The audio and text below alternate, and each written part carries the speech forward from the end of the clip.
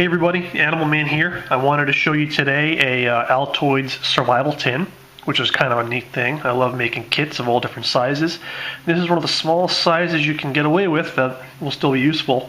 And cool thing about these is you can take them anywhere with you. They can be in your shirt pocket, your cargo pants pocket. You can have them in your backpack on a hike. You can have them in your tackle box. You can have them in the console of your car. I mean, all different places. Your backpack at school.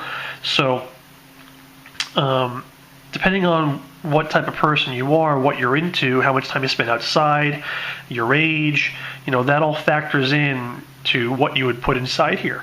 Obviously, kids in school don't want to have a cutting tool in here, but there are other things you can have instead that will get the job done. So, this is just one of the different possibilities. And there's no right or wrong way. It's different for everyone, depending on your needs, depending on your budget, what you have at your disposal to put in here.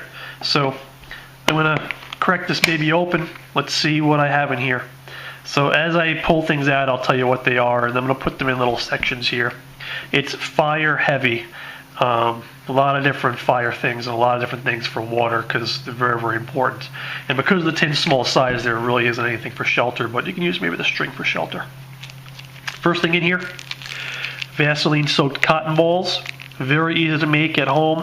You just use cotton balls, you smear Vaseline all over them. I'll probably end up doing a separate video how to make these. There's two in here. Each of these burns for about 5 minutes when you light it. So they're very useful for starting a fire. Pretty cool. Here we have a ferrocerium rod striker, and you would strike that with a piece of metal, piece of high carbon steel metal, and a shower of sparks comes off for starting a fire. That'll start these cotton balls in one strike. So it's very useful for starting things too. Instead of the handle, I've got duct tape wrapped around there.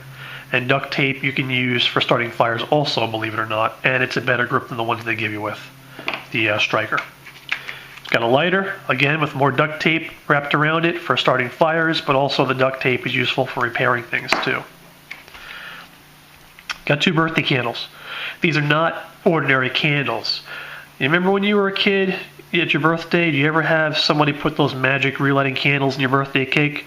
My mom did every year. So these are magic relighting birthday candles you can get at any party store. And once you get them lit, if the wind blows it out, because outside in nature in an emergency it's usually not perfect weather, if it blows out, you'll see it trying to relight itself, and they'll usually spark and they'll relight, which is a life-saving thing in an emergency trying to get a fire going. So not just any candles, magic relighting candles. Important thing. We've got some 30-pound braided Dacron fishing line here on a bobbin, on a metal bobbin that I commandeered from my wife's sewing kit. And these are great for storing line on. No matter what kind of line you use, it can be monofilament line, you can use dental floss for this, all different things. This is just braided fishing line because I love the braided lines. I think they're the best lines out there, and they're very, very strong for all different uses. This is for water. These are containers for water. There's 2 of these here. I'll show you one.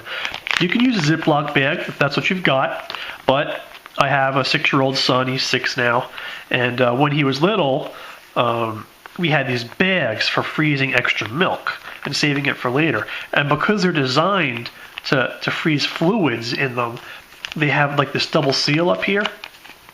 So this white line here is a seal, and then this purple is a seal also. So they double seal and they don't leak. Ziplocs don't seal as well, and Ziplocs also tend to leak in the corners and also in the corners where the seal is. So these are much better, and they're also, you can tell they're designed for fluid because they open up like that on the bottom too. They spread out. There's an extra piece of plastic down there to allow it to expand with fluid. And each of these holds, let me see, holds probably about 18 ounces, which is a good amount of water in an emergency if that's what you have. So along those lines, we've got 2 water purification tablets, aluminum foil folded up neatly.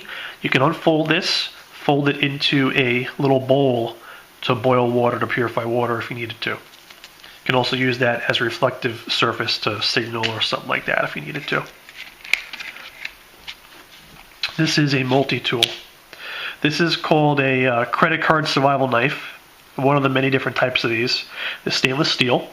And I like this. It's kind of clumsy at first, but if you fool around with it and practice with it, you get used to it. There's all different ways you can hold it.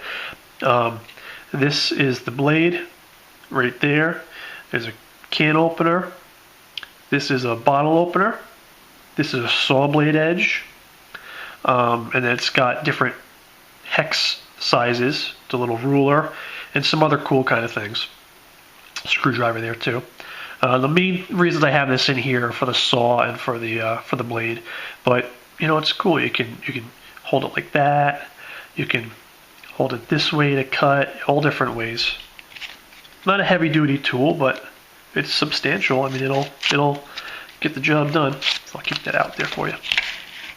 And now in the bottom of here, probably can't even see it. This is one of the coolest things. This is a magnifying glass, but it's called a Fresnel lens. This is a special piece of acrylic. It's supposed to be indestructible, but I'm pretty sure you could break it if you really tried. And they're high-powered magnification, and they're great for starting fires. I mean, you can see on the table there how great it focuses. And I've started fires with this in the middle of the winter on a sunny day.